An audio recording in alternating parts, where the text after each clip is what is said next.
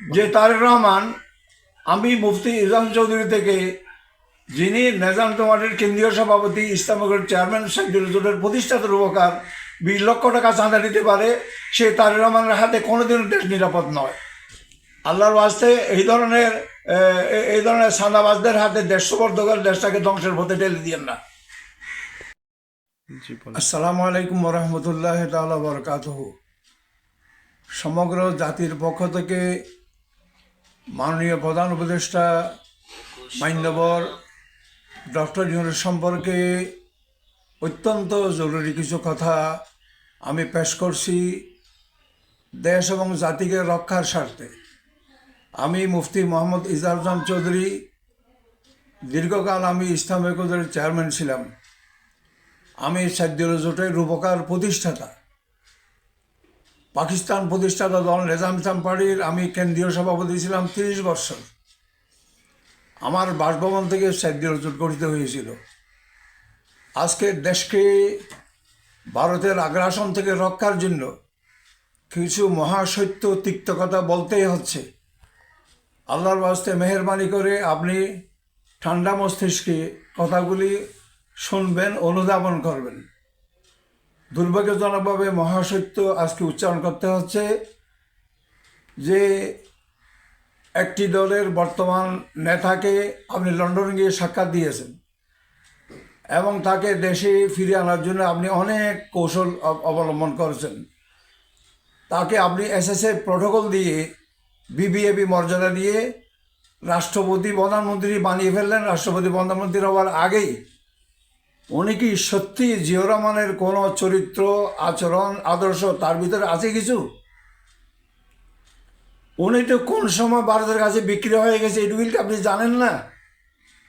ভারত তো এদেশকে ধ্বংস করার জন্য তুরুপের তাসের গুটি বানিয়েছে তারেক রহমানকে।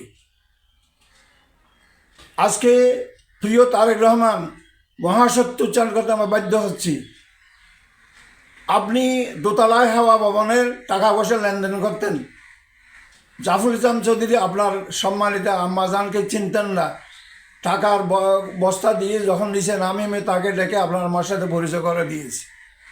তার কাছ থেকে বাসখালী আসনের মনোনয়নের জন্য 50 লাখ টাকা নিয়ে আপনি আমাকে নাজেহাল করলেন।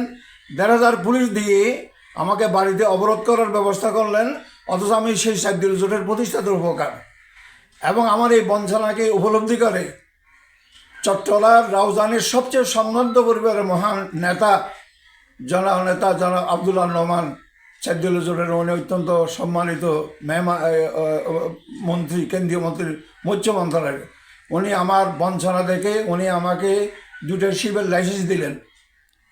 পরে উনি আমাকে হাত ধরে কান্না জড়িত কণ্ঠে উনি বললেন যে হুজুর আমাকে ক্ষমা করবেন, যে তারেক রহমান বলেছেন এই 2টা শিপের লাইসেন্সে 20 লক্ষ টাকা চাঁদা দিতে হবে। মাননীয় প্রধান উপদেষ্টা, যে লোক একজন জাতীয় নেতার থেকে, যে সাইদুল জোটের প্রতিষ্ঠাতা, 20 লক্ষ টাকা চাঁদা নিতে পারে, সেই লোককে আপনি প্রধানমন্ত্রী করার জন্য, রাষ্ট্রপতি করার জন্য স্বপ্ন দেখছেন? দেশটা কি আপনি তারেক রহমানের মাধ্যমে ভারতের কাছে তুলে দিতে চান? অতএব আমি 2-3 মাস আগে আপনাকে অনুরোধ করেছিলাম, জাতীয় নির্বাচন নয়, আপনি জাতীয় সরকার গঠন করুন। এখনও সময় আছে। আল্লাহর ওয়াস্তে দেশটাকে ভারতের হাতে তুলে দিয়েন না। জাতি আপনাকে ক্ষমা করবে না, বিশ্ব আপনাকে ক্ষমা করবে না। আল্লাহর ওয়াস্তে আমি এই কথাগুলি আবেগ প্রসূত হয়ে বলছি না, কোনো আবেগের তাড়নায় বলছি না, রাজনৈতিকহীন উদ্দেশ্যে বলছি না, দেশ জাতিকে রক্ষার জন্য এই কথাগুলি বলছি। আল্লাহর ওয়াস্তে আপনি যেই লোক আমার কাছ থেকে 20 লাখ টাকা চাঁদা নিতে পারে, তার কাছে আপনি জাতি এবং দেশ সুপর্দ করার জন্য আপনি পরিকল্পনা করতেছেন। আমি আপনার উদ্দেশ্যে আর বেশি কথা বলতে চাই না। আল্লাহর ওয়াস্তে এখন আমি আবার কথা বলবো, জাতীয় নির্বাচন বাদ দিয়ে আপনি জাতীয় সরকার গঠন করুন সব দলকে নিয়ে। এখানে আমার বক্তব্য শেষ। আসসালামু আলাইকুম রহমতুল্লাহ।